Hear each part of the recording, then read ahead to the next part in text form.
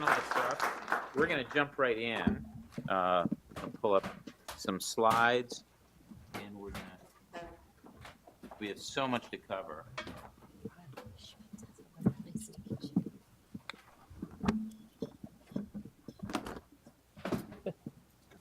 So let's see. Do we lose Judge Laporte?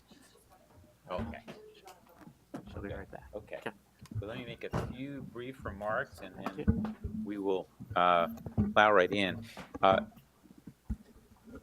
This conference has, for at least the last half dozen years, begun with a panel on patent case management. And when we first started doing this, I thought, well, we'll do this every few years. And what we learned is that every year things change so rapidly that it was worth revisiting. And this is, I think, another important year in terms of case management.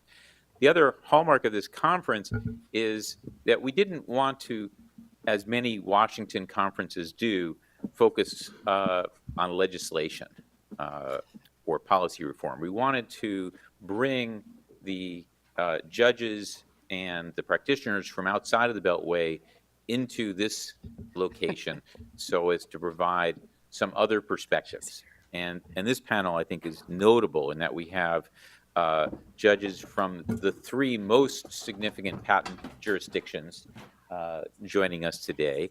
And we have judges who have the largest caseloads of any other judges. And that, in some ways, will pick up on our theme, which is case management speed dating. We want to cover a lot of stuff in the next 75 minutes. So the biographies of our remarkable panelists are in your little brochure, so I'm not going to spend a lot of time introducing them, but they are truly the standouts in our field. We have Judge Gilstrap from the Eastern District of Texas, who has for the last half dozen years been the busiest district, and even now I think is still carrying the largest caseload.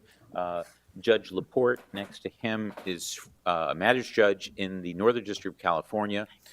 She has taken a particular interest in the IP cases, and she can provide the perspective from that part of the world. Then we have Chief Judge Stark, who about a decade ago got started and has quickly risen to the top of this field, developing case management practices that are widely respected and followed in other districts. And he's been involved with many of the programs I've had the pleasure to moderate, and his ability to synthesize all of these developments is exciting. We haven't even planned. We didn't even talk prior to this panel, so I'm going to learn it on the fly. Fasten your seatbelts. Yeah, Me too. Exactly. And then we have Samita Edian Cummings, who's going to represent all the practitioners on both the plaintiff and I'll try to do you guys proud. And we had dinner last night, and I actually think she's going to pull this off just from talking last night. She works in the district courts at the ITC, and she's seen it from a lot of different perspectives. And the way we're going to do is I will tee up the issues, I'll provide some data, and I want to especially thank Emily Hostage from RPX.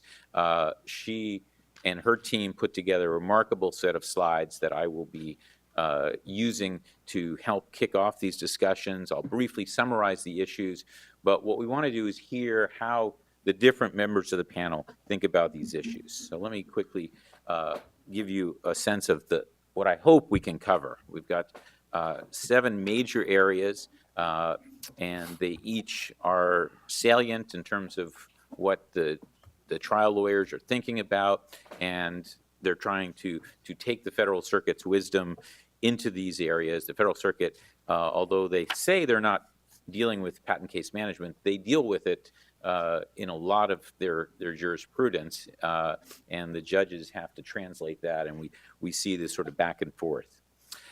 So we'll begin just with a quick overview of what's been going on in patent litigation. If this were the stock market, we would say patent litigation is down.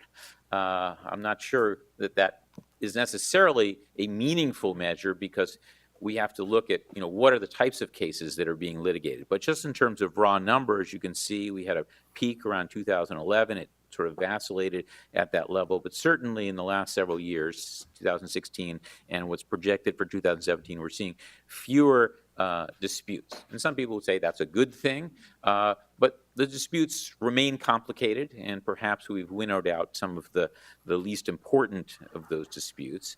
The drop appears to be principally driven by the non-practicing entity litigation. That's fallen off as a significant part of this story, but even operating company litigation has dropped. If we try to sort of put this pattern against some of the larger legislative and judicial developments, one could at least see some correlation. I'm not sure we have full causation, but there probably is causation as well, especially with IPRs. IPRs have played a significant role in shifting litigation away from the district courts, but from the standpoint of the Federal Circuit, it hasn't really changed. They're seeing all of those cases and more in their dockets. So there's a lot going on in the background, and we have with us the people who are on the front line and managing these types of cases. So turning first to venue, a very hot topic. 2 years ago, you would have seen the Eastern District of Texas as being far and away the busiest district. Delaware, the second most important district in terms of where cases were filed, the California courts, and then a smattering throughout the country. And we had this major controversy over where this jurisdiction line is to be drawn. There was some confusion in the federal statutes. We had 1400B, which says that it can be where the defendant resides or has committed acts of infringement and has a regular and established place of business. But courts for several decades had been interpreting that to include where there was personal jurisdiction. And in the T.C. Heartland case, the Supreme Court essentially said, no, it has to be under 1400B.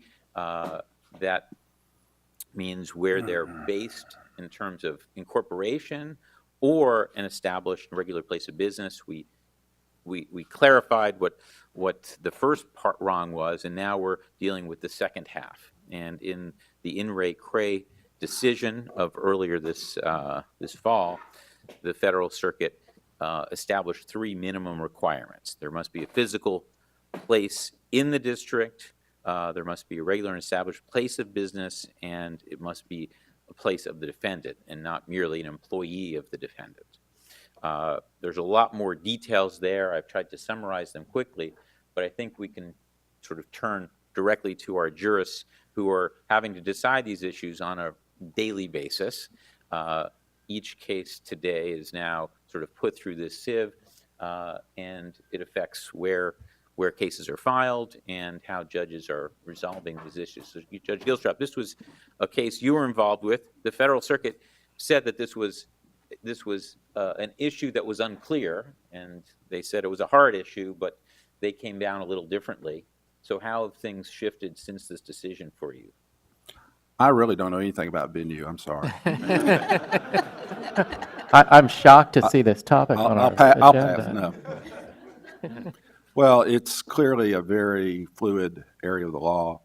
When the Supreme Court came down with the Heartland decision and clarified the place of residence for corporations in patent litigation, that immediately, as everybody in the room knows, threw a spotlight on the other prong that had not been looked at since probably the mid-'80s. And the most applicable case that I had going into the what was Raytheon versus Cray, ended up with In re Cray vis-a-vis the mandamus procedure. The most applicable case was In re Cordis, and I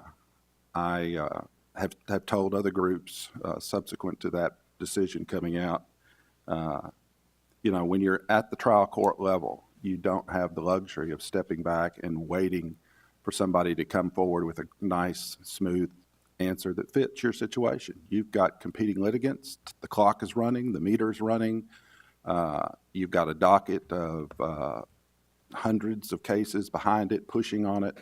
You have to, as we say in Texas, you have to grab the bull by the horns, and that's what I attempted to do in the Cray situation.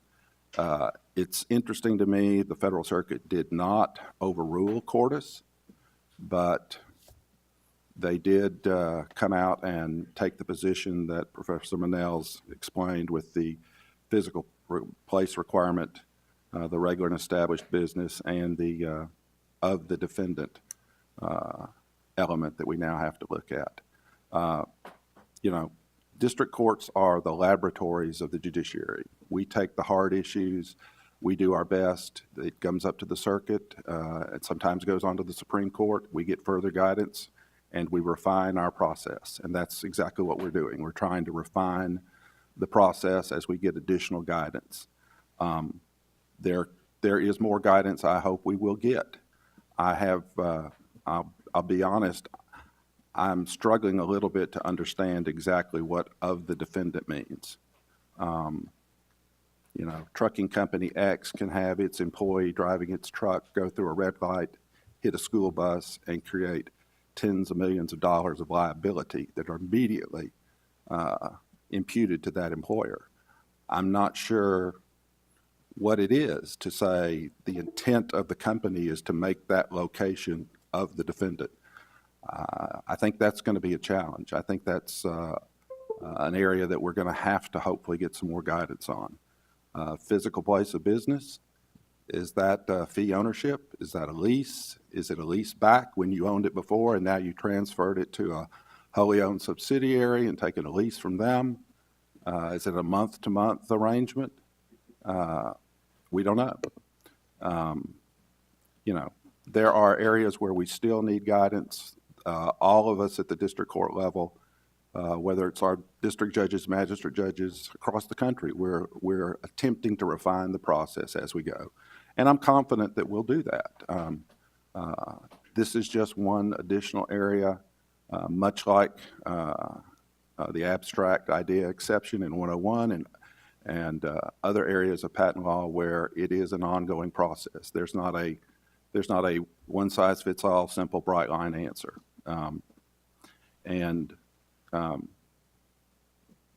You know, that's a challenge.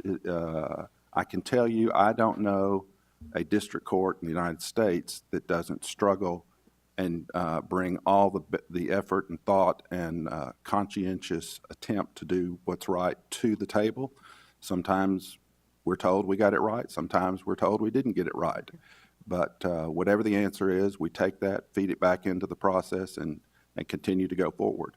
At least that's, and really, quite honestly, that's what we have to do. We don't have the luxury of doing anything else. But that's where we are as far as I can see.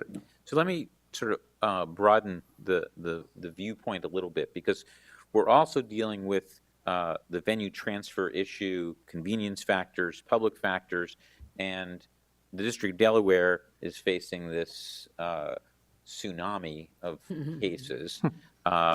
We have some interesting data just about how things have shifted since the TC Heartland case. You can see that Texas is still prominent, but Delaware has now slightly exceeded Texas as a place of origination.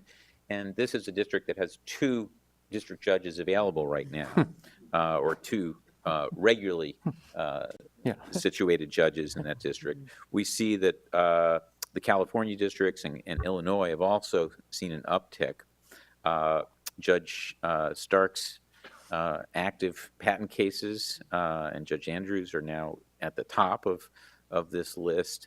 And we see that cases are being transferred out into principally Northern California and Delaware and Southern California, Central California as well. So we are in this sort of new environment in which judges are trying to balance a lot of factors, including their own capacity to deal with these cases. And that's sort of a new challenge So, Chief Judge Shark, you want to share with us what's going on and what you're seeing? Sure, happy to do so. I think I could probably take judicial notice that I have a regular and established place of business myself in Delaware, but when I see... You own the building? Well, good point. Nonetheless, I see figures and data like that, and I try to escape from the district as regularly as I can to be with all of you nice people. So thank you for having me here. It's a pleasure. It's a pleasure to be out of Delaware, at least for a few hours this morning. And when we talk about Heartland, I have to admit I do feel a little bit guilty since the actual TC Heartland case was my case and came up to me on a motion to transfer. I had what I thought was a really brilliant report and recommendation from Magistrate Judge Burke recommending that I deny the motion to transfer. This was a case that wanted to be transferred to the Southern District of Indiana, I believe it was, and I found it very easy several years ago to deny the motion to transfer. I was trying really hard to hold on to that one case, and lo and behold, the Supreme Court said, no, you can't have that one case, but we may have some others waiting for you. So that gives me an interesting perspective on that. But in somewhat seriousness, what we're seeing a lot of litigation over venue. That probably is very obvious to everyone. Under 1400B, obviously, it's of great importance that something on the order of 2/3 of the biggest corporations in the country are incorporated in Delaware. But I'm not great at math, but if you think about that, that means 1/3 actually are not incorporated in Delaware. Mostly in my district, I think. Probably so. And so the reality is when you have 200, 300 patent cases, or like my good friend Rodney Gilstrap, 1,000. Looking at my docket, if 1/3 of the defendants are not Delaware corporations, and they feel they have some reason or incentive to either actually want to be elsewhere or to, for whatever reason, throw in a motion at a particular point in a case to at least have an argument over whether they should go somewhere else, and the law is unclear.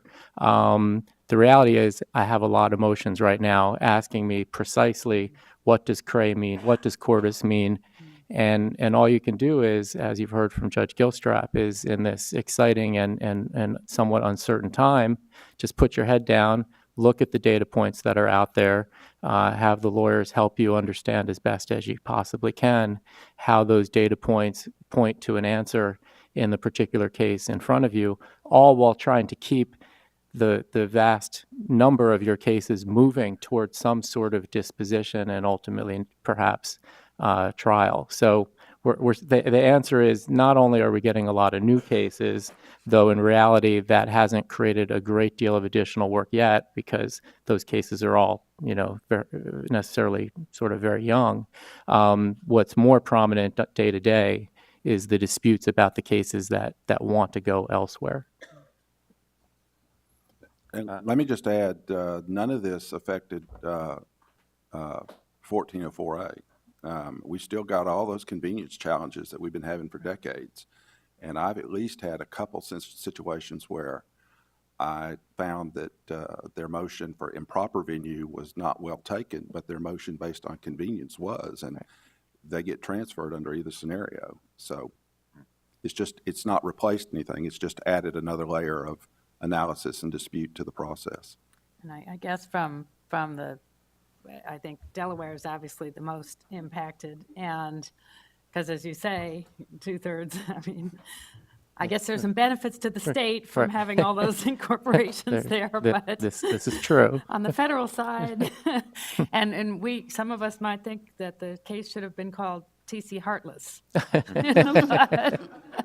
But we are very much, as you saw, on the receiving end. Now, we don't know how that's going to really shake out, but we do have a lot of major businesses incorporated, and they do tend to have, when they are in California, and their headquarters too.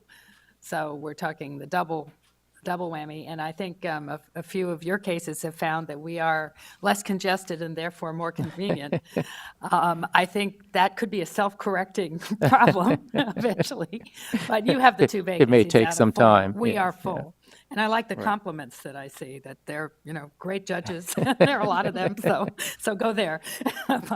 But there is obviously a concern among our judges because it's not just the number of cases, and I think this is probably true with your docket too, they tend to be the really complicated cases. I mean, it's not unusual, and all of us groan about, 10 patents, 15, 100 claims, 200 claims.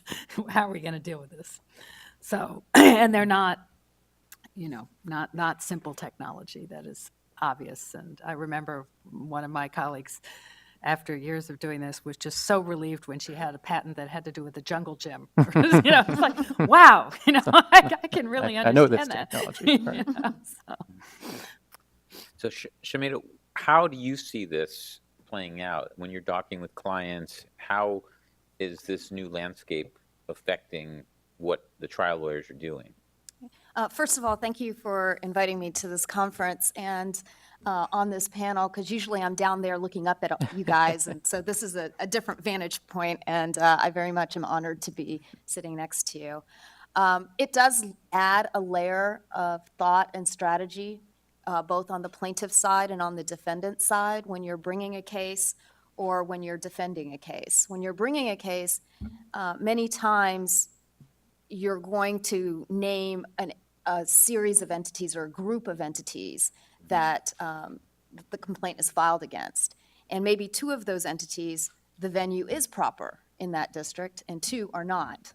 So what happens in that situation? So do you just bring a case where the 2 are, it's proper venue, so you can keep the forum that you want, and maybe jeopardize getting all of the information that you need because you're going to treat the other entities as third parties and have to, get third-party subpoenas and get information that way? Or how does that affect your damages? How does that affect your ability to really protect your marketplace if that's what you're doing? And so that is a layer of thought that goes into it if you are putting together a complaint and who to actually target that complaint against.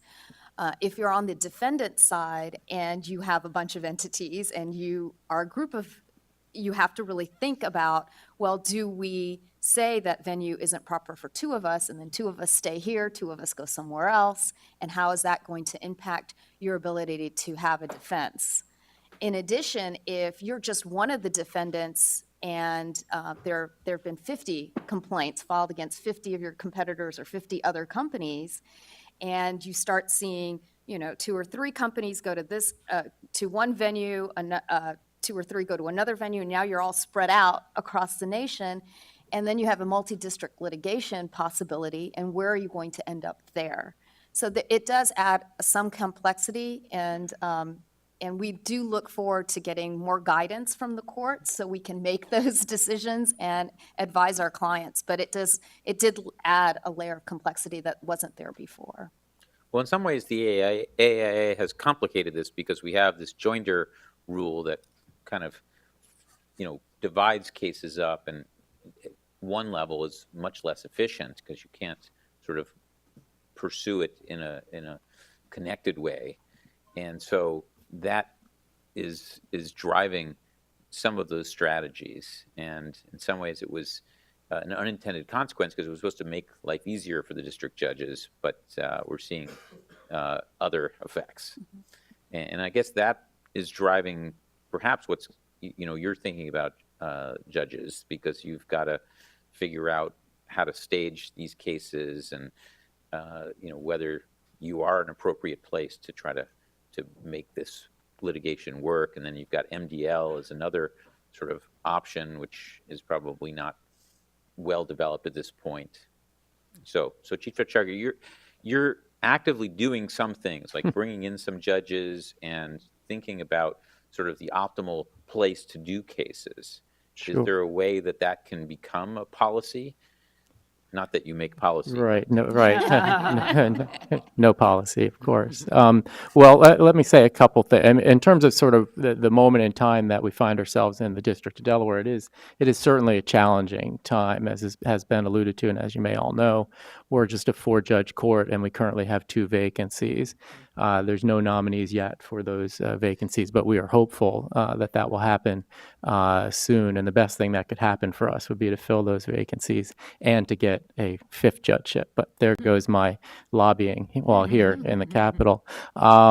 We are, in the meantime, very lucky to have Judge Sleet has stayed on as a full-time senior judge. He's taking an equal caseload to me and Judge Andrews, and that's been tremendous. And we're borrowing judges. You already saw some of them have, I take it, risen to near the top of in terms of number of patent cases simply by visiting with us for 6 months.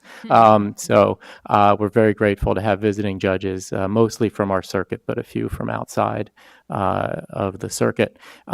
In terms of, sort of case management questions and where venue fits in, I think Judge Gilstrap started to touch on that. And I think it's helpful if counsel can appreciate how challenging that can be, because often, as has been suggested, not every defendant has a venue challenge.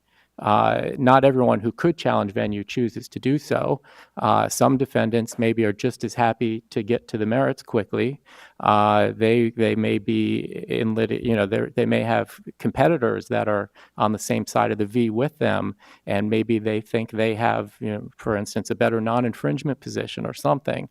So what happens is you have to decide as the trial judge in a particular case, should everything be on hold while I'm figuring out if venue should be transferred either under CRE or under 1404A, or should discovery be going on for everyone, or just all the defendants other than the one that maybe is unhappy being here in our court.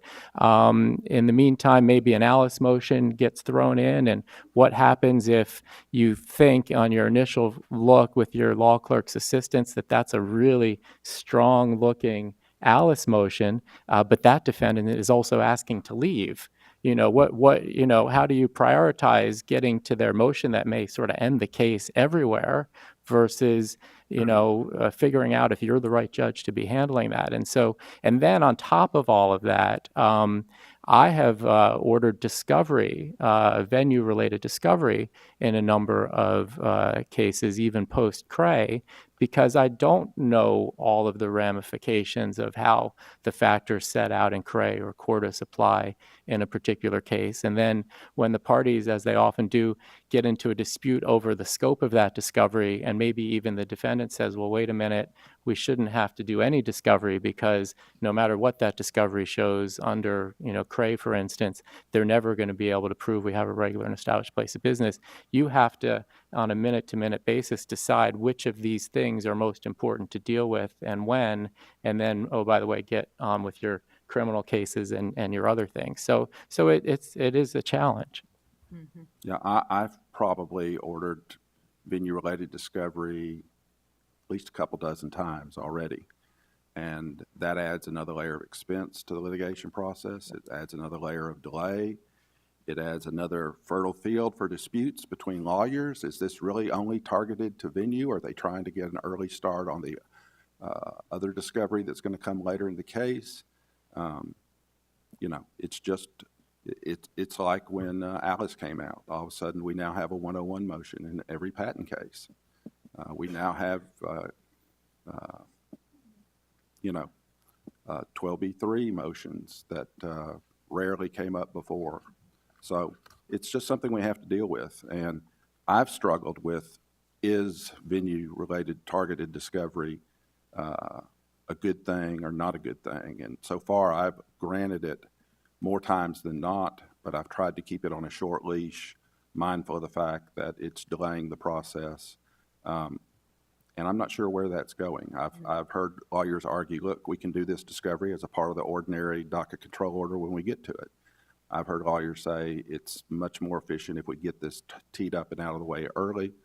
That, too, is just one of the evolving data points in the whole process.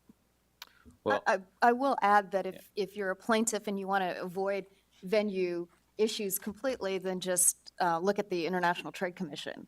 Because once you're there, there's no transfer out of that forum, provided that you can take your you can establish jurisdictional grounds. So there is another forum to avoid venue altogether. okay, well, we're going to keep moving just because there's so many good issues to hit. And I think it's pretty clear that the system is not optimized yet. And I think we'll be here for many years. And we've already touched on this issue of parallel proceedings. The PTAB, we're going to have a whole panel on the PTAB after this one. But I wanted to touch on those issues relating to district court case management. So the issue of stays is quite important. So this chart, and we'll put all these slides up on the website for the conference. So this chart tries to capture the guts of the AIA review processes, the distinctions among them. Inter partes review is the major area, and the issue of whether to stay your district court proceeding because there has been a petition filed boils down to three factors. Does the stay simplify the issues and streamline the trial? Is discovery complete and a trial day set? And whether there's some unfair advantage, a tactical advantage to the moving party, or unduly burdensome.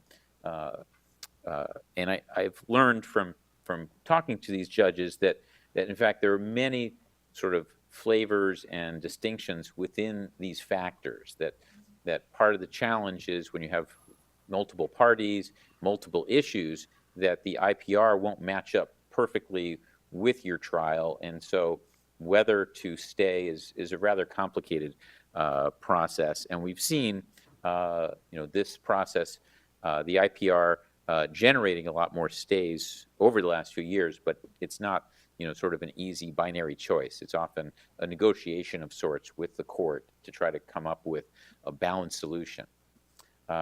So, Chief Judge Stark, do you want to get us started? Because you've written about this issue.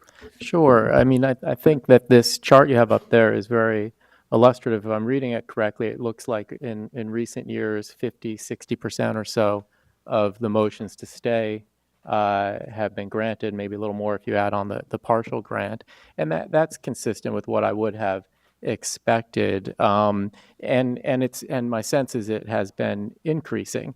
At the reasons I think include that, in the IPR world, there really is, and I am personally grateful for it, a lot more predictability as to how soon that proceeding will end. As far as I know, I don't believe the 12-month deadline has ever been missed. And that creates a calculus that is more predictable and easier to assess than in the pre-IPR world, where the numbers you would hear were 7 to 10 years. And, you would just hope that maybe you were still around when the case would come back to you, if in fact it did. A year is a much more manageable time horizon that you can factor into your case management techniques. In terms of the number of motions, while there was a time where I think I was getting a motion to stay and a contested motion to stay in almost every case, because in almost every case there was an IPR. Now my sense is I'm getting fewer contested motions. First of all, they come at a more predictable time. There's a lot of cases in which, while of course you're balancing the factors specifically in each case, in general it's hard to persuade me to grant a stay, put my whole case on hold before there's even an institution decision, because that may simply turn out to be pure delay, because sometimes there is no institution.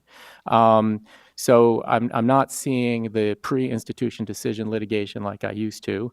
Also, I think there's a growing sense that if you wait till the very last minute to request the IPR and then wait thereafter to come ask for the stay, and the trial date's been on the calendar for a year and a half now, that gets very hard to persuade the court to say, well, I should just put everything on hold now. The other factor that I think there's been some increasing clarity is, as Peter suggested, how well does the institution or the decision as to what there is an IPR on map up to what is in front of me for possible trial or at least summary judgment. If it's a 10 patent case and there's an institution decision on only 5 patents, that looks like a 5 patent case to me either way, or possibly still a 10 patent case. And so if I'm going to have to most likely litigate 5 patents anyway, I've already done claim construction maybe at that point, it just becomes harder to persuade me to certainly to stop the whole case and maybe even to stop part of it. Judge Laporte? Yeah, I think our district's experience is very similar, and that generally speaking, IPRs are common and we don't, I think almost all, if not all, the judges don't grant a stay until it's clear it's going forward, but once it is, we almost all do, unless, as you say, it's a partial stay, or if it's really not at all central or it's a tiny part of the case. But if it's a significant amount, and part of it, there's one or more judges on our court have been totally burned where they went through a whole trial and then the patents were thrown out meanwhile at the PTO later. It was like, oh my God, how many years of my life were just stolen from me. So I think, and it is often common that the parties do agree. I mean, Right. they see where it's going. Exactly. And it's a waste of their money too, typically, to have 2 expensive parallel proceedings. Whereas before these IPRs, we rarely granted them for the same reason. I mean, how long was your case going to be stayed? So, rule 1, just, speedy, and inexpensive. It's incredibly hard to meet all of those in this area, but what we're trying. And so, I don't know what the Supreme Court might do because the Nobody does. IPR from the trial court's point of view has been helpful. Now, I know many of you don't feel that way, and some of you do, and but we do. Right. Right. We'll postpone to the last panel. What's coming next? Judge Gilstrap, your court was skeptical, but now is more inclined to grant the stays than at least the earlier years. Well, I'm not sure I completely agree with that. It's always been, at the end of the day, a test about if everything that you say is going to happen, lawyer is going to happen, what does the court have left to deal with? And if I still have a viable case I'm going to have to try, then you have an uphill battle getting me to stay the whole case, while that part that I'm still going to have to come back to and litigate and try to a verdict is just gathering dust. I think what Chief Judge Stark said about his analysis is very, very close to mine. How early in the case did you bring the motion to stay? How much have I spent working on the case up until then? What am I going to be left with when the IPR process is over? I've probably denied enough presumptive IPR review motions that everybody's quit filing them. Not everybody, but most people have gotten the message. Presumptive review is no review at all. Wait till you get a decision from the PTAB. Then tell me what the decision is and tell me what its application and scope is and what I'm going to have left, and then I can make a decision. I think the real reason we've seen a drop in the motions to stay is because all of us probably have enough of a pattern out there that litigants are beginning to see the pattern and realize this is a loser motion. I don't need to file it. I don't need to waste the time and the money. There are other things I can do. And this is one area that I think there's a coalescing pattern that gives guidance to the practicing bar, probably maybe more than in some other areas. Yeah, well, it is interesting just empirically that, we see this kind of early confusion sorting out. And Shamita, do you see those lines clearly now? I think that's one thing that we can say is that the bench, not only in these jurisdictions, but across the nation, has been very similar in your reasoning, and we've heard it loud and clear. And hopefully we're reacting to help the bench out in that regard, in the sense that we try to file, if we're going to file IPRs, we try to file them very early, definitely before claim construction. and don't bother you until we get an institution decision. So I can say that it's what you've been saying from the bench has been heard and received. And I think it's worth emphasizing, it's been implied, one reason the motions are down is because sometimes it's very clear we will grant the stay Right. if the circumstances line up. And so I do see patentees agreeing to the stay with greater frequency when those are the facts. Yes. I see a number of agreements too, and also if it looks like in my district the number of grants have gone up, it's probably because the stuff that was going to get denied out of hand has dropped off somewhat. And really the motions that I get are much closer calls based on the patterns I've established than before, and consequently the number of grants are probably percentage-wise going to go up, even though the total number of raw motions has probably gone down. Well, we're going to hear a lot more about this issue on the next panel, but you can see that the institution outcomes at the PTAB have changed over time as well. The early period was one in which there were easy targets, and I think that we're seeing a shift, and that's why it's remarkable that we're potentially going to see a major change if the Supreme Court dislodges this. But this is an area where it sounds like we're getting some efficiency, which was the goal of the AIA. Okay, so on the ITC front, Shamita, you were talking about how there are certain advantages or certain strategic aspects.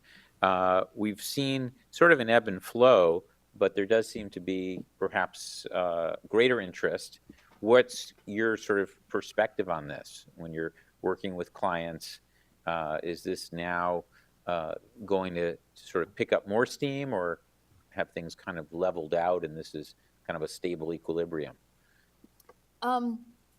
It has gone down. The cases or the investigations have gone down in the past few years, and we are seeing an increase this year, and probably we'll see an increase next year. And there are several factors. It was surprising to see that the investigations went down in the last few years, just because we're a court. The ITC is a court where you get injunctive relief, and you don't have to worry about damages, and that's a pretty heavy hammer to have as a complainant in this forum. So it was a surprise to see that more complainants weren't using that leverage. But the estimate is that we will see an increase in the ITC, provided that you can meet the jurisdictional standards, because that's a little bit different than in district courts.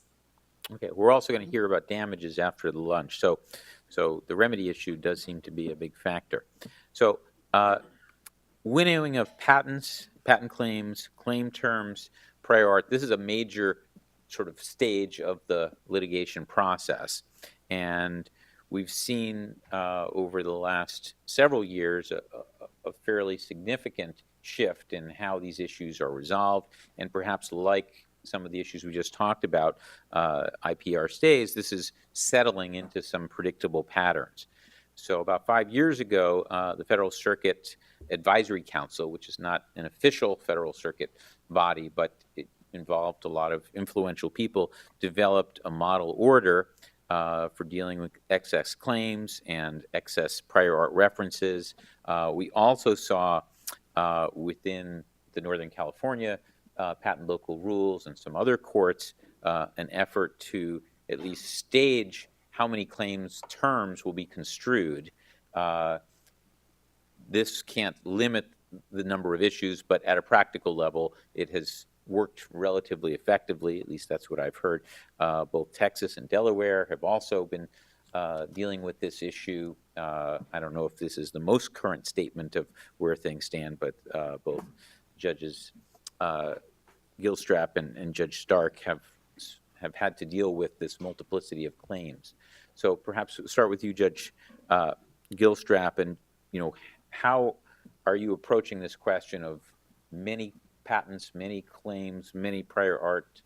Are you able to get the parties to narrow that, or are they just coming in with a more sensible case for you to deal with? Well, if they're coming in with more than they should, it's going to get dealt with. And so hopefully next time they'll come in with a more reasonable quantity of what's there to be dealt with.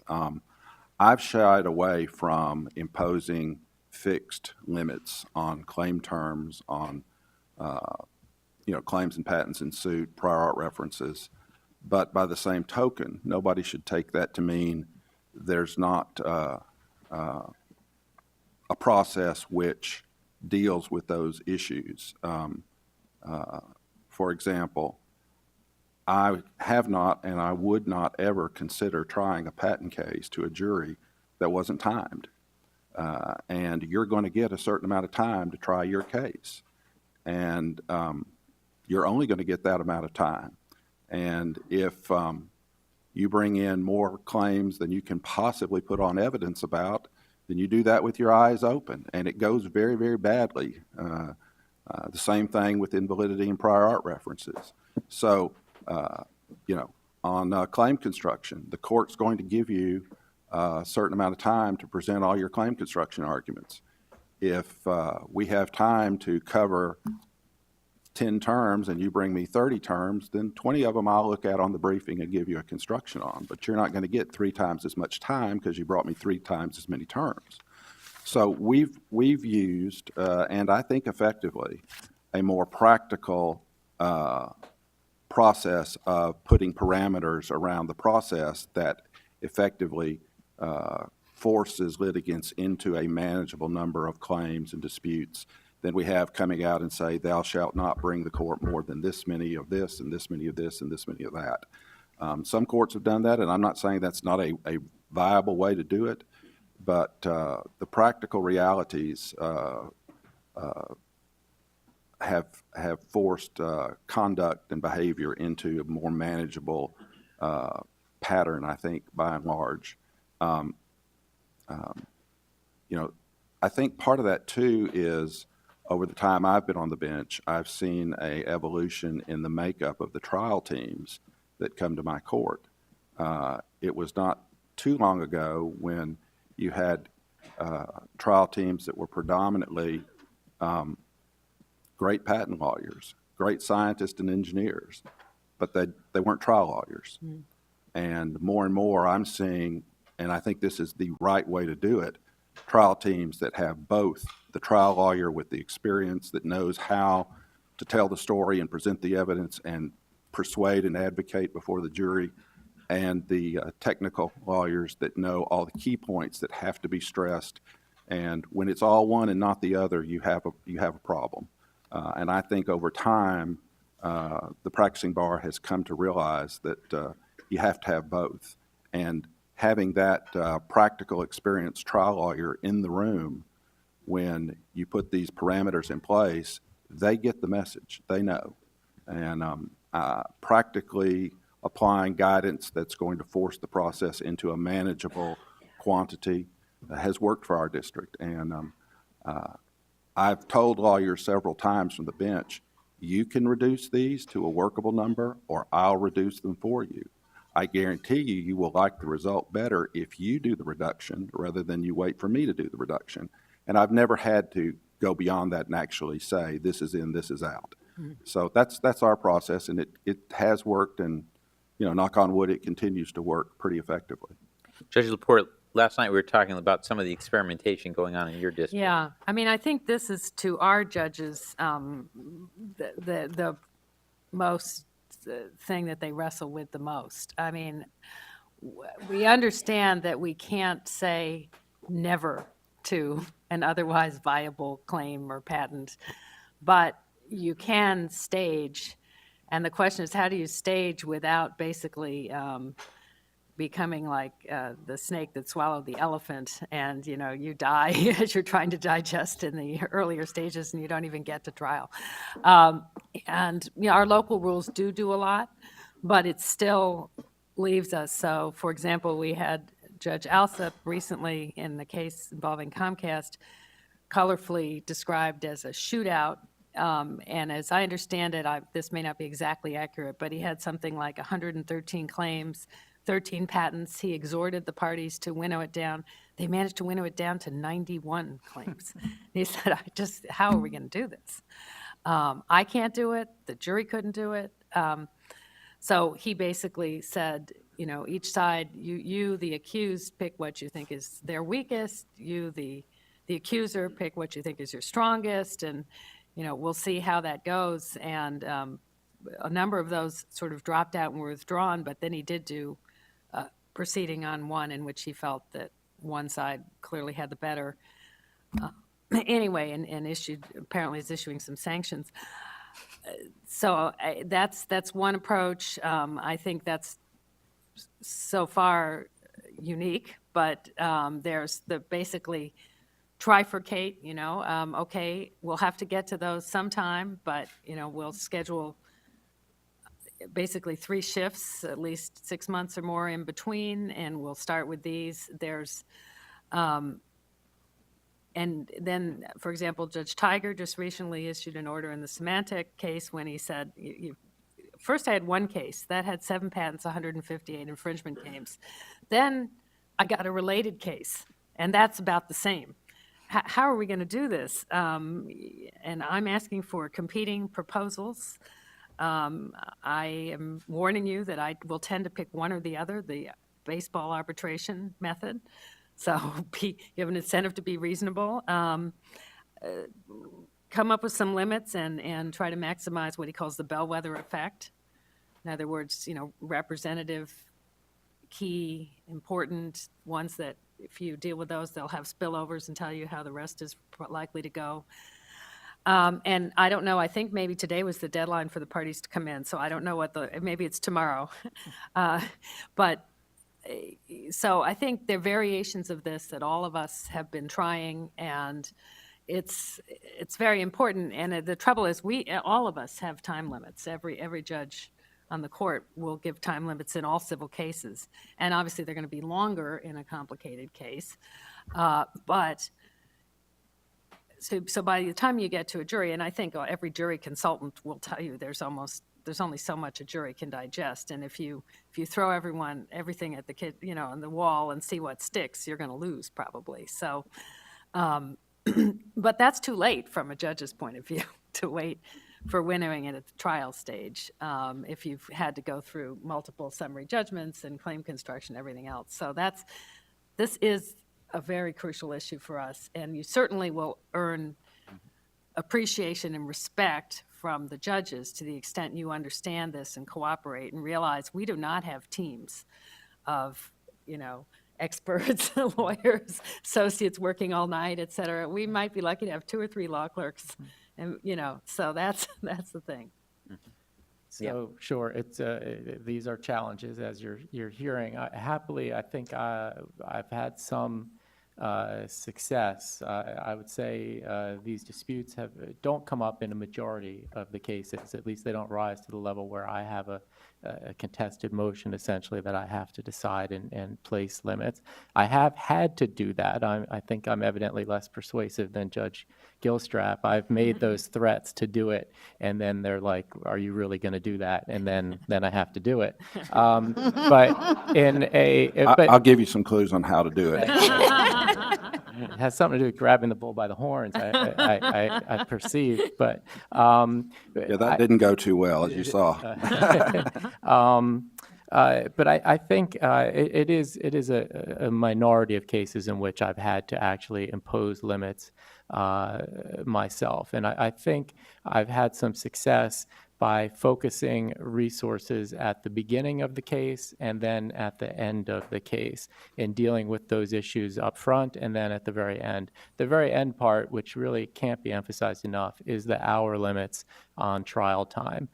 No matter how complex the case, I don't think that I've ever let the case at least be scheduled for more than 2 weeks of trial, which based on the way we count, at least in my chambers, count time, that's sort of like an upper limit of about 25 hours per side for your case. So if for whatever reason the other side and I have let you get through the whole, gauntlet of pretrial litigation and you still have 100 patents and 800 claims or 1,000 prior art references, and I say, fine, no one's making you cut it down, but you have 25 hours in front of the jury, I will actually let you present 1,000 patents if that's how you choose to spend your 25 hours. I don't give legal advice, but it doesn't seem like a wise tactic to me. But that really seems to have an effect on narrowing the case at various stages, because when push comes to shove, you're going to have to focus on your best claims or your best prior art references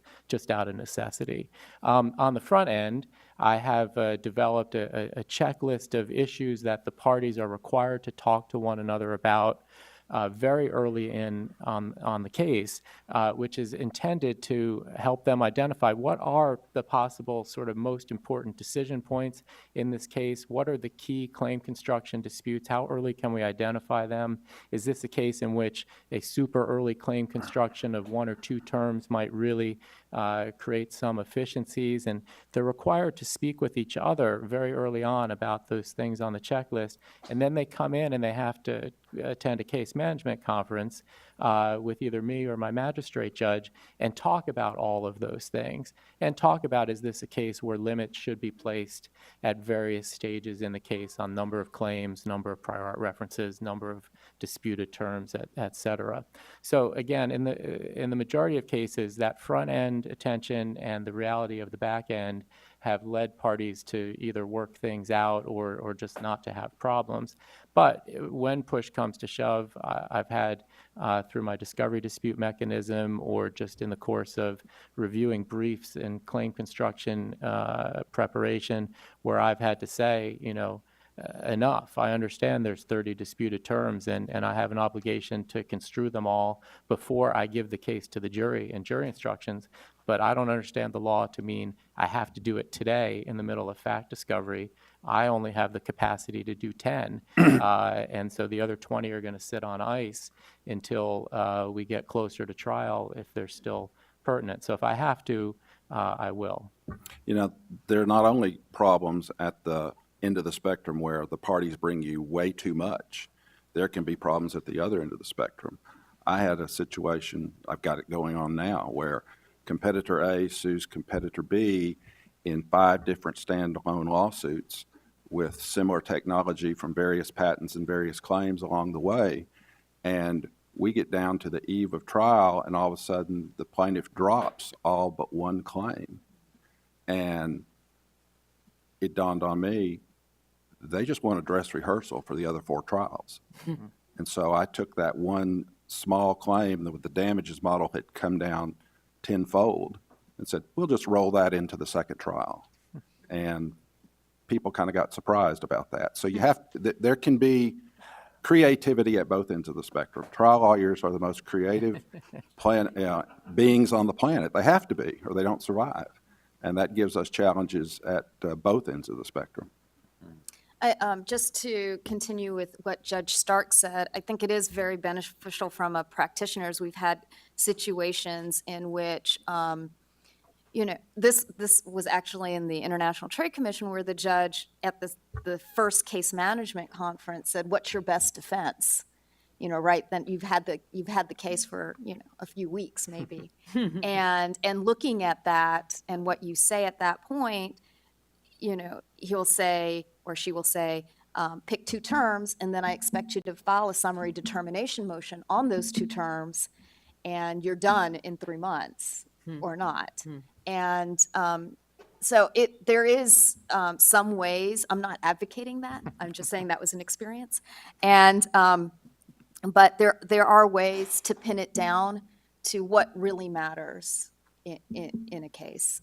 In the beginning of my career, I was on the plaintiff side, and we filed a complaint, and the defendant, and it was 1 patent, 1 claim in the Eastern District of Texas, and we ended up having claim construction for 13 claim terms for 1 claim, a very short claim. And so obviously there was an issue there that the courts have addressed with limiting the number of claim terms.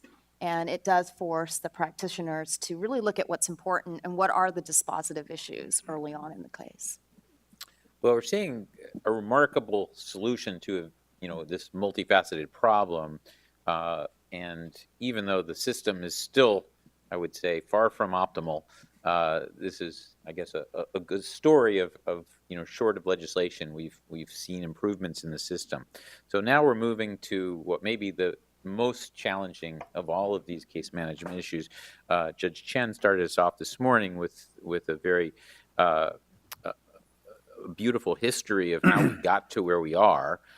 This is an issue that dates back centuries, really, and we're all living with a Supreme Court decision that the Mayo case that comes up with this inventive application idea that hadn't been well established in the law, and now the courts are having to deal with this, and they are this first line, as Judge Gilstrap was talking about. They are having to resolve these issues, and they're told to resolve them relatively early, but they have to understand what's going on. And the 101 issue, at least historically, had not been seen as sort of the major hurdle for patentability.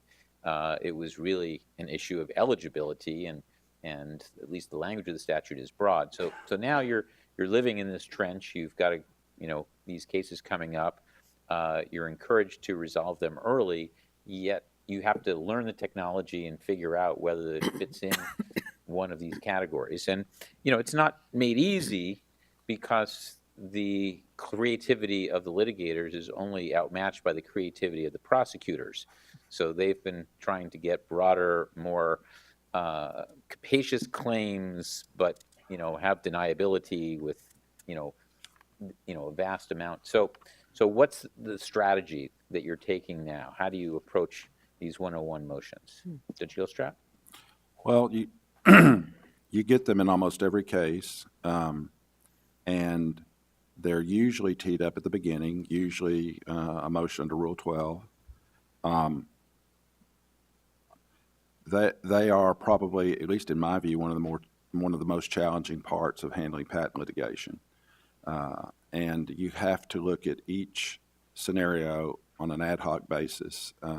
And then once you've understood the technology and once you have a grasp of how the claims work, then you have to go out and try to find other cases that are close to or give some guidance about whether that is or isn't an abstract idea, whether what they're claiming is inventive truly is something new and novel and inventive that's added to the process. And it's probably one of the most challenging areas of the process, in my view. I think you could go out and find all the 101 cases and connect them all, and you would get a line. You would not get a straight line.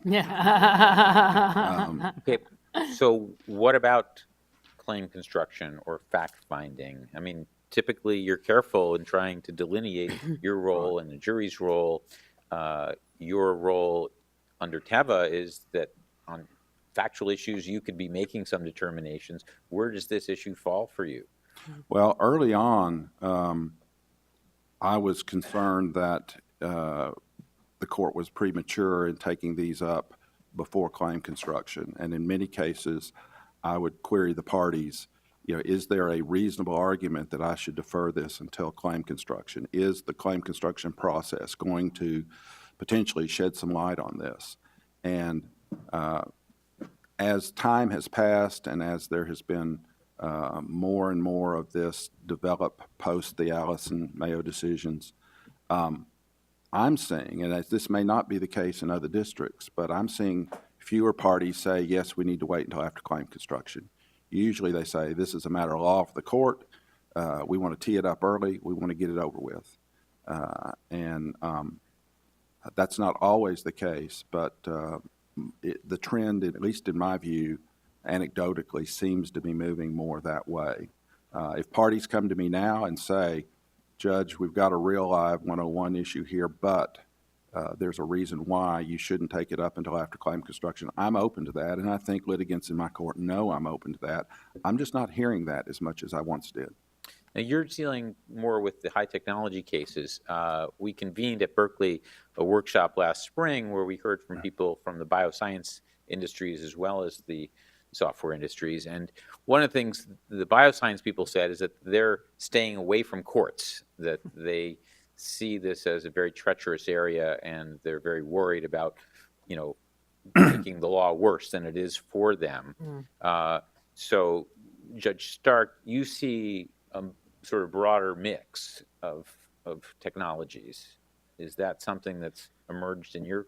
I mean, are you seeing Right, I that think- issue differently from different industries? I mean, anecdotally, since I don't have the numbers, I would say my sense is very consistent with what you have suggested. So we have a great number of the Hatch-Waxman pharmaceutical litigation, and so we sometimes see 101 motions in those cases, but really not very often. I'd say they're few and far between.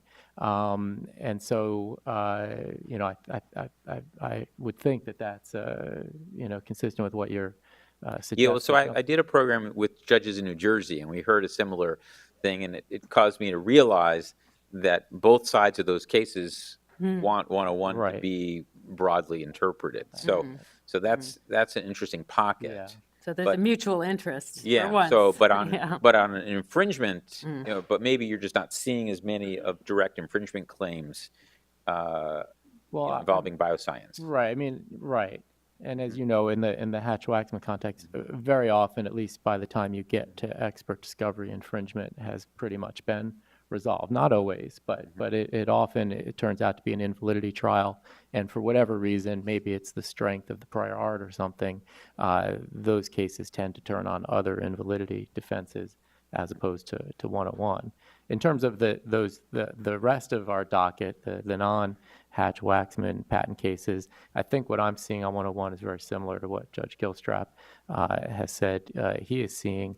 I think that there was a time where we were getting a 101 in basically every case. We're still getting a great deal of them, though, you know, sometimes a case even in, you know, a tech area will get all the way through without a 101 issue. More importantly to me, I guess, when I have the 101 challenge, I would say substantively, I don't want to suggest it's in any way easy, but it's easier than it was a couple years ago. I think the greater number of data points that are out there has made the analysis easier. I think you can see that in terms of looking at the length of the opinions, at least that's coming out of my chambers early on. We struggled. You might write 20 pages on one claim.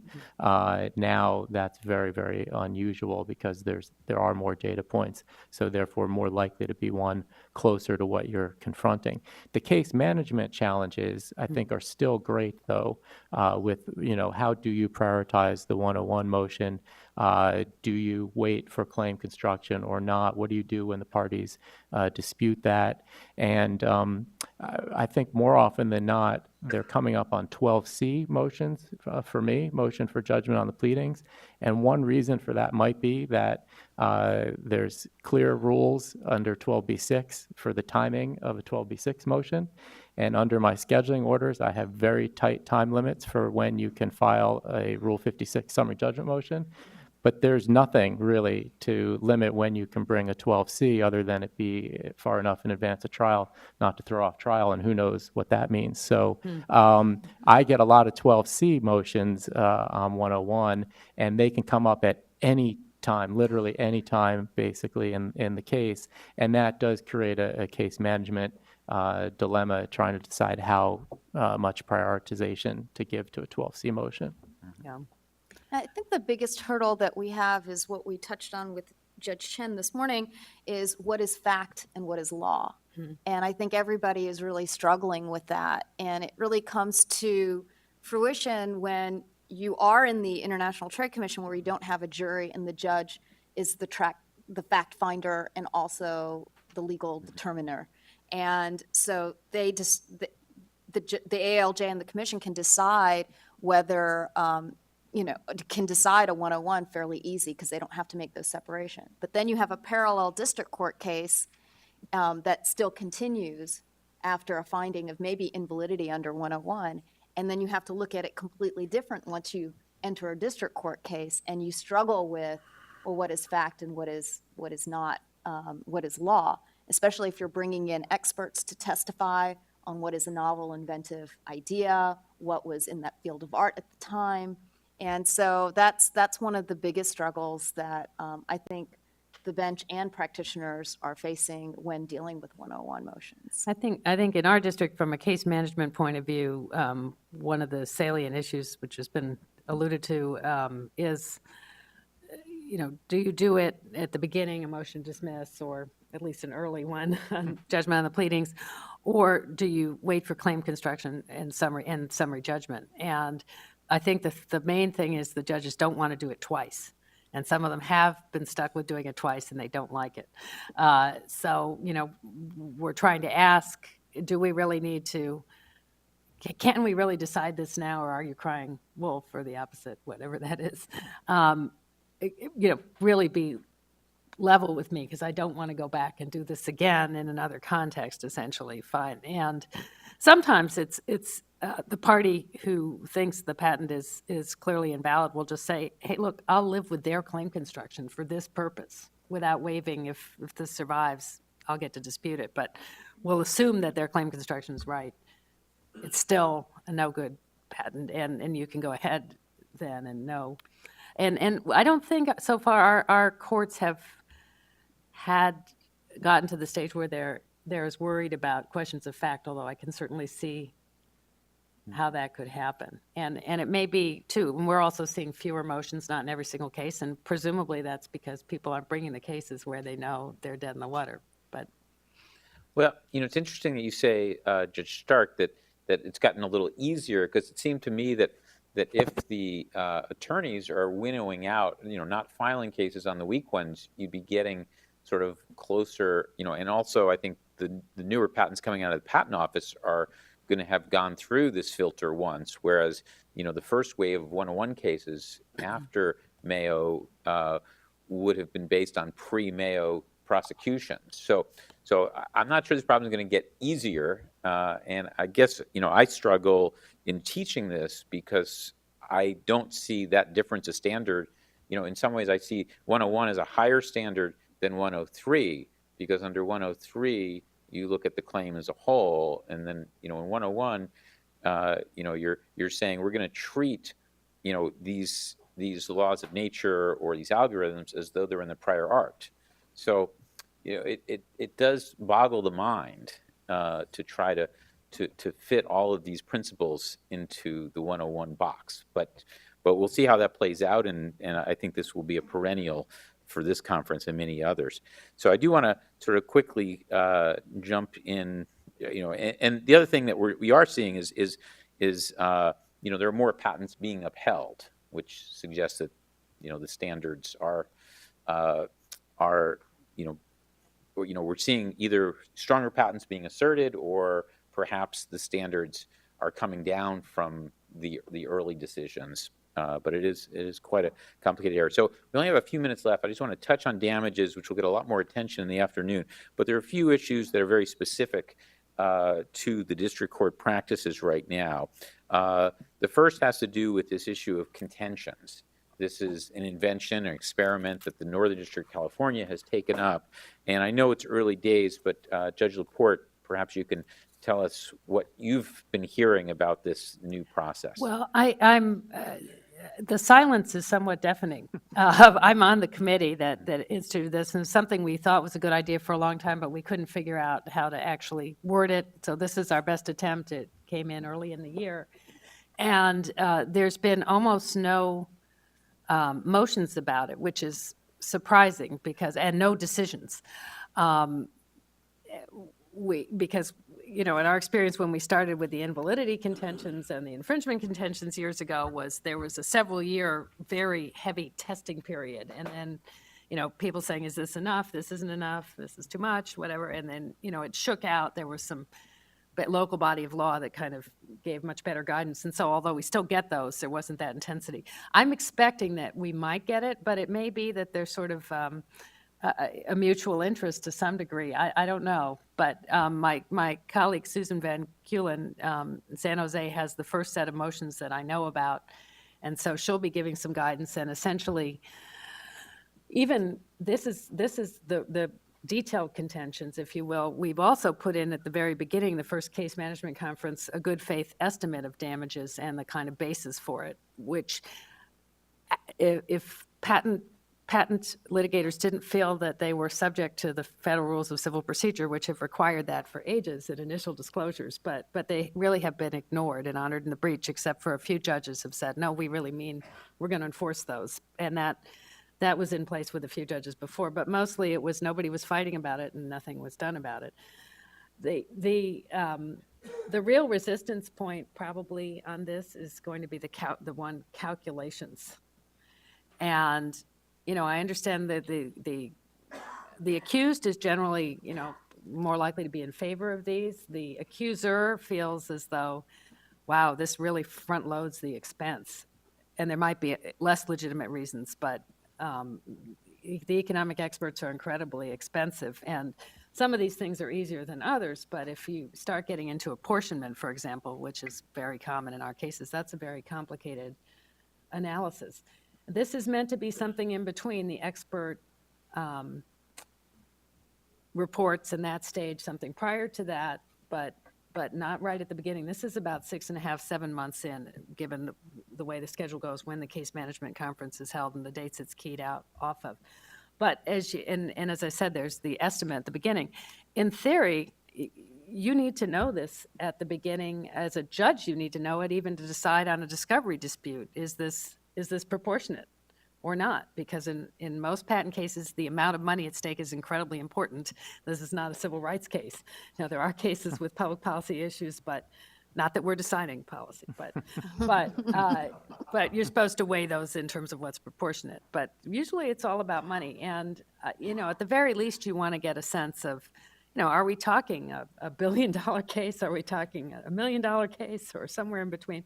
What I call, which universe, which planetary system, and then get better on that. And it's something. It's a really sort of a chicken and the egg thing. And again, I'm surprised, and I'm not trying to encourage litigation over this, but I expect to see more. I'm kind of, and I think we will probably. And it's probably the other thing that's probably at issue, which I've always noticed, is that it takes people a while to notice changes in the rules.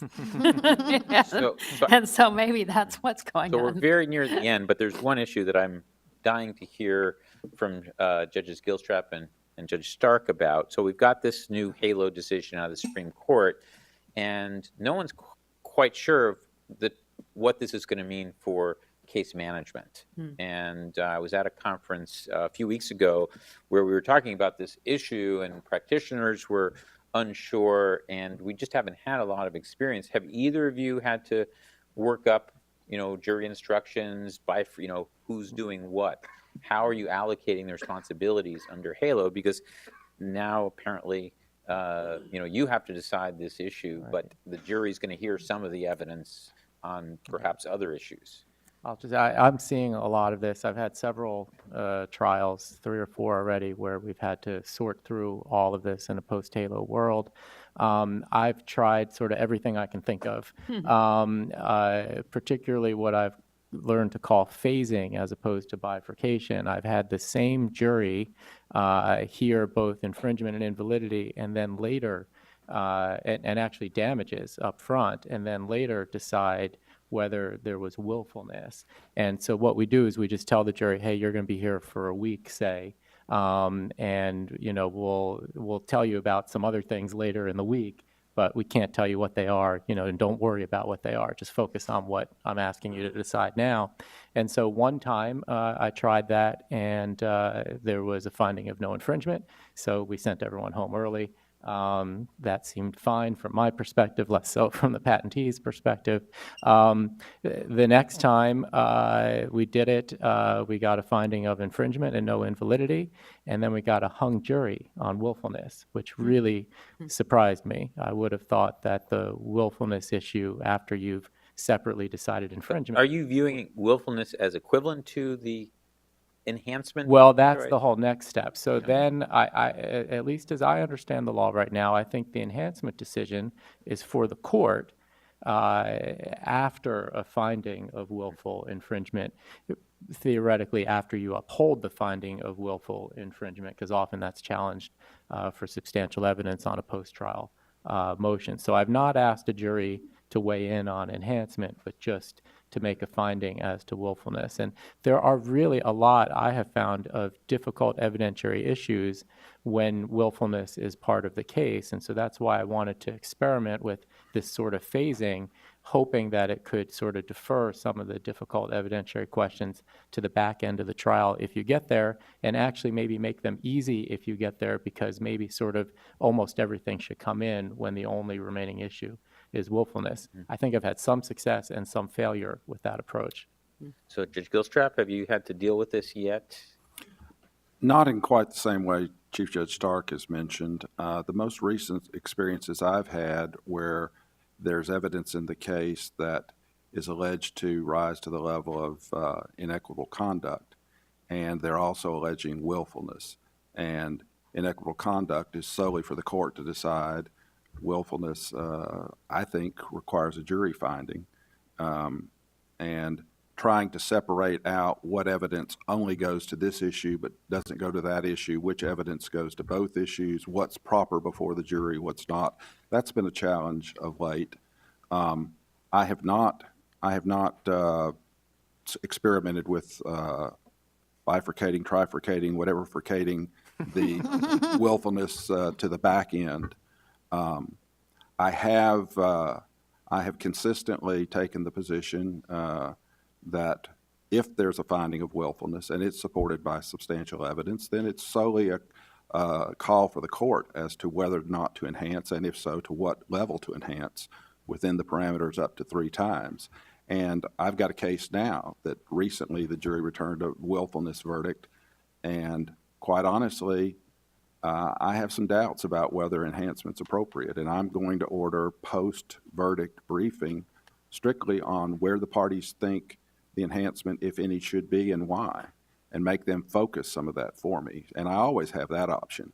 But at least I'm not holding the jury longer, at least I'm not elongating the process, we'll see where things go, but that's what I'm doing at the present. Well, this has been a very deep dive into what's happening in the courts. As you can see, if you don't get to the patent trials, there's a lot of balls in the air. It's a very, I would say, challenging process for all involved. I want to thank our panelists for sharing all of this fantastic knowledge.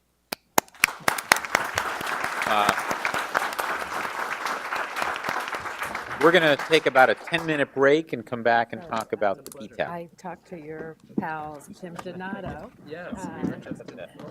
He said that, and you had some of the few MDLs, I guess.